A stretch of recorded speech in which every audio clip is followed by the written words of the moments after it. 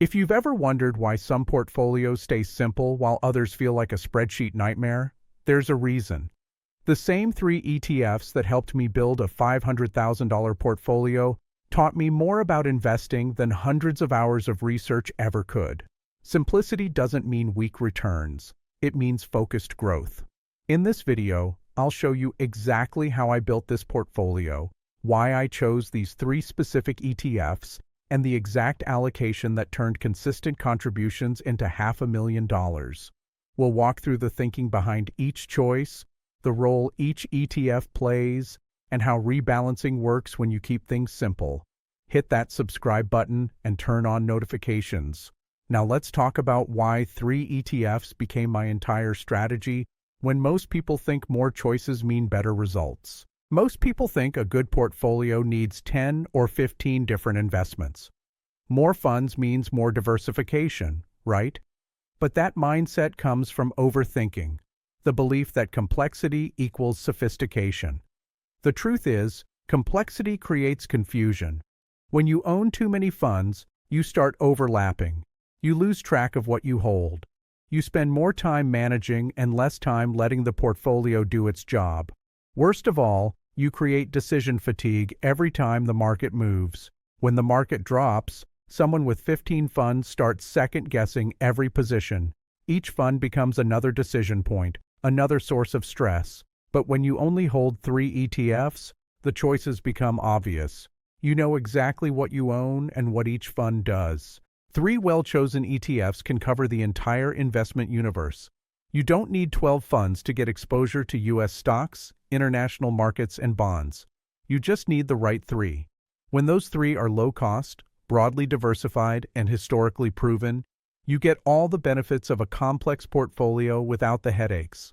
I didn't try to own every sector, chase every trend, or predict which region would outperform. I built a portfolio designed to capture global growth, reduce volatility, and compound steadily no matter what the economy did. The simplicity made it easier to stay consistent, which is the one thing that actually matters over decades. Then there's the cost advantage. Every ETF you add increases the chance of higher fees and tax drag. When you keep it to three funds, you keep fees near zero. The market's long-term return becomes your return, minus almost nothing. After 20 years, that's the gap between retiring early and working longer. A $500,000 portfolio wasn't built by finding secret funds or timing the market perfectly. It was built by choosing three ETFs that covered everything I needed, contributing consistently, and not messing with the plan. The foundation of my three ETF portfolio starts with understanding roles, not just tickers. Each ETF has a specific job, and when you know what that job is, the allocation becomes obvious. You're not guessing at percentages or copying someone else's strategy. You're building a structure that makes sense for your goals, your timeline, and your risk tolerance. The first role is growth, designed to capture the long-term upward trend of the stock market. It's aggressive because stocks are volatile short-term. Prices swing up and down based on news, earnings reports, economic data, and investor sentiment. In any given year, stocks might rise 20% or fall 20%. But over decades, equity growth turns small contributions into large balances. Without this piece, your portfolio lacks the engine that actually builds wealth. This is where the majority of your returns will come from over time. The second role is stability. When stocks drop, stable assets hold their value or move less dramatically. That stability doesn't just protect you emotionally during tough times, it also gives you dry powder to rebalance into stocks when prices are lower. Think of it as the shock absorber that keeps the whole system from feeling too chaotic. Bonds don't generate the same returns as stocks over the long term, but they don't fall as hard either. That difference is what makes rebalancing possible and effective. The third role is diversification across geography. U.S. stocks have been strong for decades, but they don't represent the entire world. International exposure ensures your portfolio benefits from growth in Europe, Asia, and emerging markets, even if the U.S. is struggling. It also reduces the risk of being too concentrated in one economy, one currency, or one political system. No single country dominates forever, and by holding both U.S. and international stocks, you position yourself to benefit from wherever growth happens next. When you assign these three roles to three ETFs, the structure builds itself. One fund for U.S. stock market growth, one fund for international exposure, one fund for stability through bonds, no sector bets, no speculation, just three clear roles working together. These roles don't change based on market conditions. Only your allocation changes based on your age, timeline, and volatility tolerance. Now let's talk about the actual ETFs I chose. The first is a total U.S. stock market fund. This is the growth engine, capturing the entire U.S. economy in one ticker. It holds thousands of companies across every sector and size, from massive tech giants like Apple and Microsoft to small regional businesses you've never heard of. The goal is simple: own a piece of American business growth without trying to pick winners or predict which sectors will outperform. Historically, the U.S. stock market has returned around 10 to 11% per year over the long term. Some years it's higher, some years it's lower, and some years it's negative. But the trend over decades has been consistently upward. By holding a total market fund, I get that return without the risk of missing out on the next big sector or the next breakout company. Whether it's technology, healthcare, energy, or something that doesn't exist yet, I own a piece of it all. This fund has an expense ratio near zero, often less than 0.05%. That means almost nothing gets skimmed off the top. Every dollar goes to work immediately, and every dividend gets reinvested without friction. It tracks the performance of the entire U.S. stock market, so there's no manager making bets or trying to outsmart the index. It just does what it's supposed to do: grow with the market. This ETF makes up the largest portion of my portfolio because it's the most reliable source of long-term growth. It's not exciting, it's not flashy, and it doesn't make headlines, but it's the backbone of everything I've built.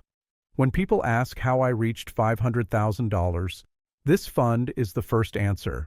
It's the reason the portfolio grew faster than my contributions ever could. The second ETF is an international stock fund.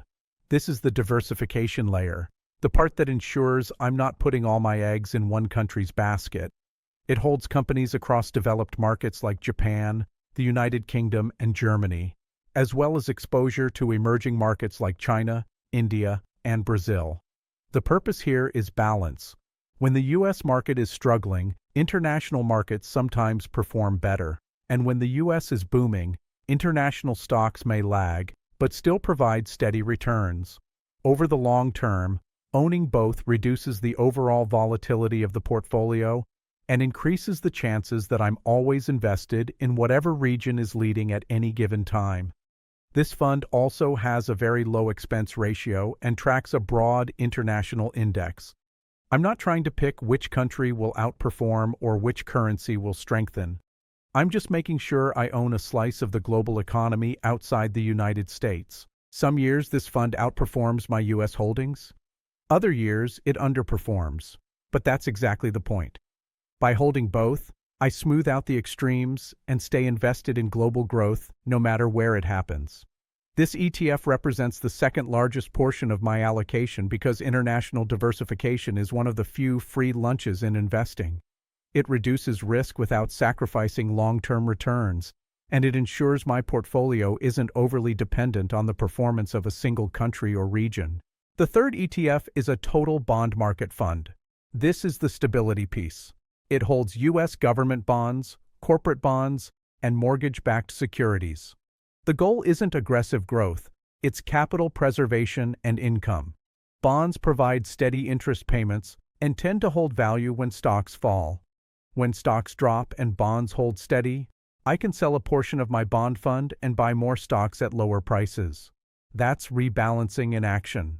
This ETF makes up the smallest portion of my allocation because I'm still in the growth phase. But as I get older, this allocation will increase to protect what I've built. Together, these three ETFs cover everything: U.S. stock growth, international diversification, and bond stability. No overlap, no redundancy. I know exactly what I own and what each fund does. The allocation I use today is 70% in the U.S. Total Stock Market Fund, 20% in international stocks, and 10% in bonds. That breakdown reflects my current goals, timeline, and comfort with volatility. Let me explain why these specific percentages make sense. The 70% in U.S. stocks gives me maximum growth potential without going all in on equities. It's aggressive enough to build wealth quickly, but balanced enough that I'm not completely exposed to U.S. market risk. Most of my long-term returns will come from this allocation, and because I'm reinvesting dividends, that 70% compounds faster than anything else in the portfolio. This is where the heavy lifting happens. The 20% in international stocks ensures I'm participating in global growth. It's a meaningful position, large enough to matter when international markets outperform, but not so large that it dominates the portfolio. This slice protects me from being too concentrated in one region and gives me exposure to economies that are growing faster than the U.S. in some years. Some decades, international stocks outperform U.S. stocks. Other decades, the U.S. leads. By holding both, I don't have to guess which will win. The 10% in bonds is my stability anchor. It's not large enough to drag down returns significantly, but it's big enough to smooth out the ride during bad years. When the stock market drops 20 or 30%, that 10% in bonds usually stays flat or even rises slightly. That difference matters psychologically because it reminds me that not everything is falling. And it matters strategically because it gives me something to sell and rebalance into stocks when prices are low. This allocation isn't random. It's based on decades of research into portfolio performance, risk-adjusted returns, and investor behavior. It's aggressive enough to grow wealth, but diversified enough to survive downturns. But this allocation is mine. Yours might look different. If you're younger, you might go 90% stocks or even 100%. If you're closer to retirement, you might go 60% stocks and 40% bonds. The 3 ETF structure stays the same. Only the percentages change. The strategy scales with your life. When I started, my allocation was 85% U.S. stocks, 15% international, and 0 bonds. As the portfolio grew past $250,000 and eventually $500,000, I shifted toward a more balanced approach to protect what I'd built. Building a $500,000 portfolio didn't happen overnight. It happened because I contributed consistently, stayed invested through volatility, and let the 3 ETF structure do its job. Let me walk you through the timeline so you can see how the growth unfolded in real terms. I started about 12 years ago with $5,000. For the first few years, I contributed $1,000 per month. That's about $12,000 per year, which added up to $36,000 in contributions over the first 3 years. During that time, the portfolio grew to around $42,000. The extra $6,000 came from market gains and reinvested dividends. It wasn't life-changing yet, but I could see the compounding starting to take shape. The early years always feel slow because the base is still small. A 10% gain on $10,000 is only $1,000. But a 10% gain on $100,000 is $10,000. That's why time matters so much. By year 5, I had contributed $60,000 total, and the portfolio had grown to $78,000. That $18,000 difference was purely from market growth and dividends. I was starting to see real momentum. The portfolio was growing faster than my contributions, and that shift felt significant. It was proof that the strategy was working. By year 7, I increased contributions to $1,500 monthly because my income had grown. The portfolio reached $135,000. The $39,000 in gains showed how much compounding had picked up. By year 10, the portfolio crossed $250,000. I had contributed $156,000, which meant nearly $94,000 had come from growth. That was the turning point where the portfolio's growth started to match and then exceed my annual contributions. From that point forward, the market was doing as much work as I was. By year 12, I had contributed $210,000 total, and the portfolio reached $500,000. That means $290,000 came from market returns, not from my paycheck. I put in $210,000, and the market added $290,000. The portfolio more than doubled my contributions in just over a decade. The 3 ETF structure never changed. I didn't add new funds or try to time the market. I just kept contributing, rebalancing twice a year, and letting the portfolio grow. This isn't about being a genius investor. It's about being a patient one. Rebalancing is the habit most people skip, and it's also the habit that makes the biggest difference over time. It sounds boring, and honestly, it kind of is. But boring habits create extraordinary results when you stick with them long enough. Here's how it works in a 3 ETF portfolio. Let's say you start with 70% US stocks, 20% international, and 10% bonds. After a strong year in the US market, your allocation drifts to 75% US, 18% international, and 7% bonds. The US portion grew faster, so now it's taking up more space. That might seem like a good thing. After all, the best performing asset is now a bigger slice. But here's the problem. You're now taking more risk than you intended. Your portfolio is more concentrated in US stocks and less diversified overall. If the US market drops next year, you'll feel it harder than you planned. Rebalancing fixes this. Once or twice a year, you look at your allocation and compare it to your target. If something has drifted too far, you sell a little of what grew and buy more of what lagged. You sell some US stock fund and use that money to buy more international stocks and bonds, bringing everything back to 70, 20, and 10. That simple move does two powerful things. First, it forces you to sell high and buy low, which is exactly what every investor should do, but almost nobody actually does. When you rebalance, you're selling the asset that performed well, which means selling at higher prices, and buying the asset that underperformed, which means buying at lower prices. Second, rebalancing keeps your portfolio aligned with your goals. If your target is 70, 20, and 10, that's the risk level you decided was right for you. Letting it drift to 80, 15, and 5 means you're taking more risk than you planned. I rebalance twice a year in June and December. I set calendar reminders, and when the day comes, I log in, check the percentages, and make adjustments if needed. The whole process takes 15 minutes. In 2021, my 70% allocation drifted to 76%. When I rebalanced in December, I sold $15,000 of my US stock fund and bought $10,000 of international stocks and $5,000 of bonds. At the time, it felt uncomfortable. But 6 months later, international stocks bounced back and US stocks cooled off. The rebalance worked perfectly. Over 12 years, rebalancing probably added an extra 1 to 2% to my annual returns. That's an extra $5,000 to $10,000 per year on a $500,000 portfolio. Even with a simple 3 ETF portfolio, I made mistakes. Not big ones, but enough to slow me down and teach me lessons I wish I'd learned earlier. Sharing these might save you from making the same ones. The first mistake was waiting too long to start.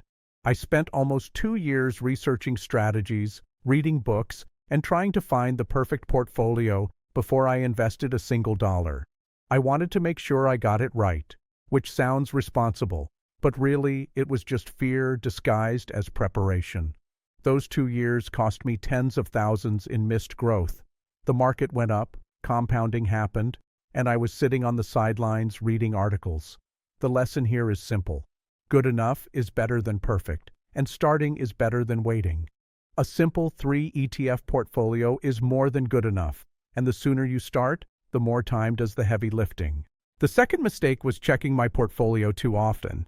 In the first year, I logged in almost every day to see how the balance had changed. When it went up, I felt good. When it went down, I felt anxious. That daily emotional roller coaster made me second-guess the strategy and almost convinced me to sell during a market dip. The problem wasn't the portfolio. The problem was that I was measuring progress on a timeline that was way too short. Daily changes don't mean anything in a long-term strategy. but they feel like they do when you're staring at them every day. Once I started checking only during rebalancing, twice a year, my stress dropped to zero, and my confidence in the plan increased. The lesson is to stop watching. Set up automatic contributions, rebalance on a schedule, and let time do the work. The third mistake was almost adding a fourth ETF. About 4 years in, I got tempted by a sector-specific fund focused on technology. Tech was booming, and I thought adding a dedicated tech fund would boost my returns. I almost pulled the trigger, but then I realized something. My total U.S. stock market fund already held a huge portion of tech companies. Adding a fourth fund would just create overlap and increase my concentration risk. I'd be betting that tech would keep outperforming, which is exactly the kind of speculation I was trying to avoid. I decided to stick with the original 3 ETFs, and looking back, that was the right call. 3 ETFs really is enough. More doesn't mean better. The fourth mistake was pausing contributions during the 2020 market crash. When the pandemic hit and the market dropped sharply, I froze. I told myself I'd wait until things stabilized. But by the time I felt comfortable contributing again, the market had already recovered, and I'd missed the chance to buy at significantly lower prices. The best time to contribute is always now, especially when the market is down. The fifth mistake was not increasing contributions as my income grew. For the first 5 years, I contributed the same amount even as salary increased significantly. When I finally bumped it up, I realized I should have done it earlier. That delay cost me $30,000 in portfolio value. Scale your contributions with income. Every raise or bonus is an opportunity to accelerate progress. Reaching $500,000 felt incredible, but it created a new question. What now? The same 3 ETFs still work.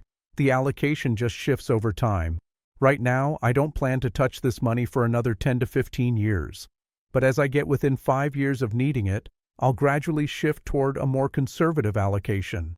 Maybe 60% stocks and 20% bonds, then 50, 20, and 30 as I get closer.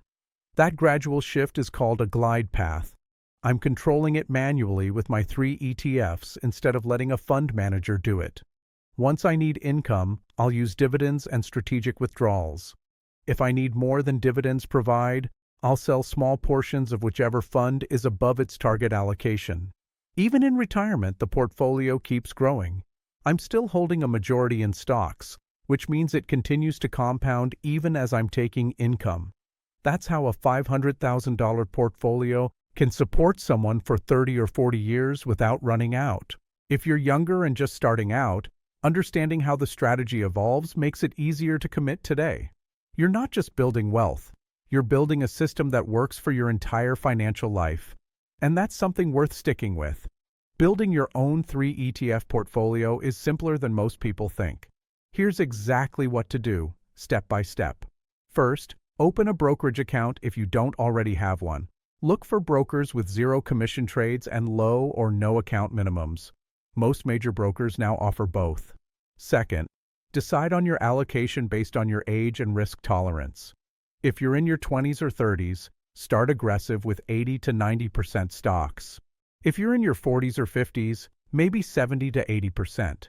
If you're closer to retirement, consider 60% stocks or less. The key is choosing an allocation you can stick with during market volatility. Third, pick your 3 ETFs. For U.S. stocks, look for a total market index fund with an expense ratio under 0.05%. For international stocks, choose a broad international index with similar low fees. For bonds, select a total bond market fund. These are the building blocks. Fourth, set up automatic contributions. This is the most important step. Decide how much you can invest each month and automate it. Whether it's $100, $500, or $2,000, consistency matters more than the amount. Automatic contributions remove emotion from the process. You're not deciding each month whether to invest, you're just doing it. Fifth, reinvest all dividends automatically. Most brokers let you turn on dividend reinvestment with one click.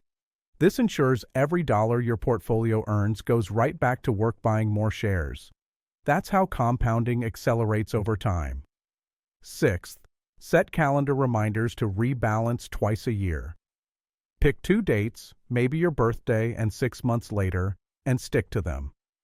When the reminder pops up, log in, check your allocation, and adjust if needed.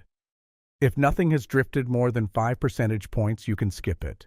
If something has drifted, make the adjustment and move on. 7th, ignore the daily noise. Stop checking your portfolio every day or even every week. Market volatility will test your patience, but daily price movements mean nothing to a long-term strategy. The less you look, the easier it is to stay invested. 8th, increase contributions as your income grows. Every raise, every bonus, every windfall is a chance to accelerate your progress. Don't let lifestyle inflation eat up all your income gains. Capture at least half of every raise and add it to your monthly contributions. 9th, stay invested during downturns. This is where most people fail. When the market drops 20 or 30%, your instinct will be to sell and protect what's left. Resist that urge. Downturns are when you should be buying more, not less. The portfolio that survives the crashes is the one that builds real wealth. Finally, trust the process and give it time.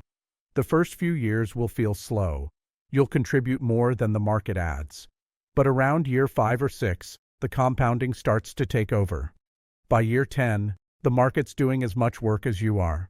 By year 15 or 20, the market is doing most of the work. This system works because it removes complexity, reduces costs, and aligns with how markets actually behave over the long term. It's not exciting. It won't make you rich overnight, but it will build wealth steadily and reliably if you stick with it. The 3 ETF portfolio is a framework that adapts to your entire life. You can start it in your 20s and use the same structure in your 60s. Only the allocation percentages change. The funds stay the same, the strategy stays the same, and the results speak for themselves. If you found this helpful, make sure you're subscribed and hit the notification bell so you don't miss future videos. And if you have questions about your own situation, drop them in the comments. I read every one and I'll do my best to help. Building wealth isn't complicated. It just requires patience, consistency, and a plan you can stick with for decades. The 3 ETF portfolio is that plan. Now go build yours.